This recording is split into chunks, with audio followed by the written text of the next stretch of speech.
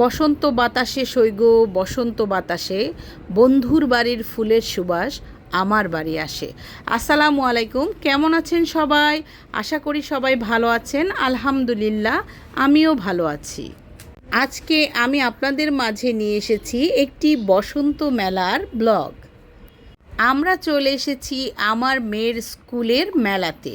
এখানে বসন্ত মেলার খুব সুন্দর আয়োজন করা হয়েছে। এই মেলাটি অনুষ্ঠিত হয়েছিল ২৮শে ফেব্রুয়ারি শুক্রবার। আমার মেয়ের স্কুলে প্রতি বছরই এই মেলাটি হয়, কিন্তু আমি গত বছর মেলাটিতে আসতে পারিনি, কারণ আমার ছোট মেয়ে অনেক ছোট ছিল। তাই ভাবলাম এবছরের মেলাতে আমার মেয়েকে নিয়ে যাই। দেখুন কত সুন্দর সুন্দর জিনিস মেলাতে আছে। এখানে গিয়ে আমার ছোটোবেলার সূর্যমণি মেলার কথা মনে পড়ে গেল। সূর্যমণির মেলাটা আমাদের গ্রাম থেকে বেশ দূরে হতো, আমরা যেতে পারতাম না, আমাদেরকে যেতে দেওয়া হতো না। কেউ যদি নিয়ে যেত বড়সড় মানুষ, তাহলে তাদের সাথে আমরা যেতে পারতাম, কারণ তখন মেয়েদেরকে মেলায় নিয়ে যাওয়াটা একটা ঝামেলার বিষয় মনে করা হতো। আর এখনকার মেলাগুলো এত সুন্দর হয়, এত এত মানুষ আসে, না ছেলে না মেয়ে, কোনো ভেদাভেদ থাকে না। আর সব মেলার প্রধান আকর্ষণ হচ্ছে চরকি। এই চরকিতে না উঠলে মেলাতে তো মজাই পাওয়া যায় না। আমার মেয়েও এই চরকিতে ওঠার জন্য দেখুন লাইনে দাঁড়িয়ে আছে। যদিও সে রোদের মধ্যে দাঁড়িয়ে থেকে বিরক্ত, তারপরও সে এটাতে উঠবেই। এই চরকিতে ওঠার জন্য ছোট বড় সবাই লাইন ধরে দাঁড়িয়ে আছে, অনেক বড় লম্বা লাইন। আর উপরে দেখুন এই গাছটা একদম নতুন পাতা গজিয়েছে, কি সুন্দর লাগছে দেখতে। আমি মানুষের পাশাপাশি গাছেরও একটু ভিডিও করে নিলাম, কারণ গাছটাও দেখতে অনেক সুন্দর। দেখুন সেই কাঙ্ক্ষিত চরকি, যাতে আমার মেয়ে উঠে বসে আছে এবং তার মধ্যে বিন্দুমাত্র ভয় নেই।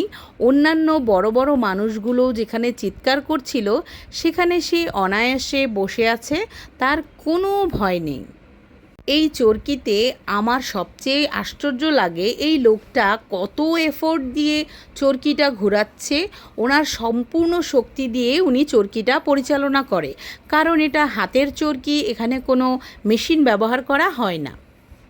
চরকি ওঠা শেষ, এখন আমার মেয়ে চলে গেছে তার ফেভারিট আইবল কিনতে।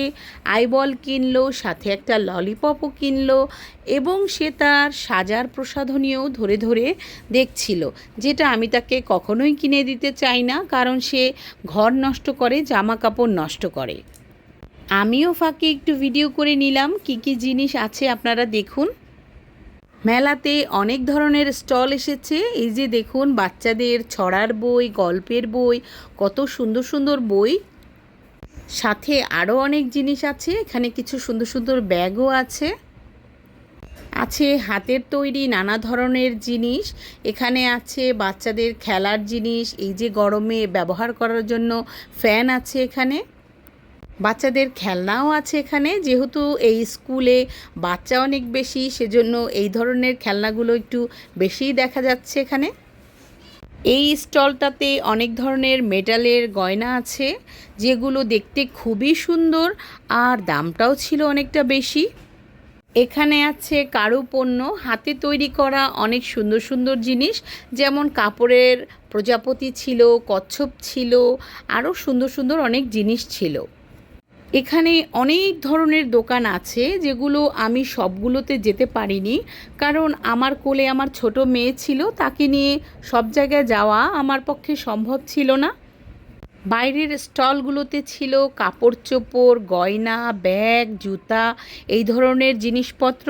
আর ভেতরে মানে ক্লাসরুমের মধ্যে যে দোকানগুলো ছিল, ওখানে বেশিরভাগই ছিল খাবার দাবার। এই যে দেখুন মেলার প্রধান আকর্ষণ আমার ছোট মেয়ে।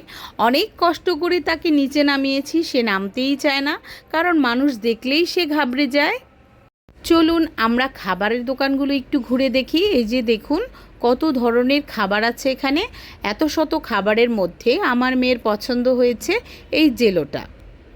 বাচ্চাদের পছন্দগুলো একটু আলাদাই হয়, তাই না? সে অবশ্য পরে একটা বার্গারও খেয়েছে, একটা কাটলেট নিয়েছে, আর নিয়েছে হচ্ছে তার ফেভারিট কেক। অনেক অনেক ধরনের খাবার ছিল এখানে। সব দোকানগুলোতে আমার পক্ষে যাওয়া সম্ভব হয়নি। এরপর আমরা ঘুরে খাওয়া দাওয়া শেষ করে এই যে বেরিয়ে চলে আসলাম বাসার উদ্দেশ্যে। তার বাবা এসে এখানে অপেক্ষা করছিল, তার জন্য তাকে বাইকে উঠিয়ে নিয়ে বাসার উদ্দেশ্যে রওনা হলো। আর আমরা পিছনে রিকশাতে ছিলাম। সবাই ভালো থাকবেন। আল্লাহ হাফিজ।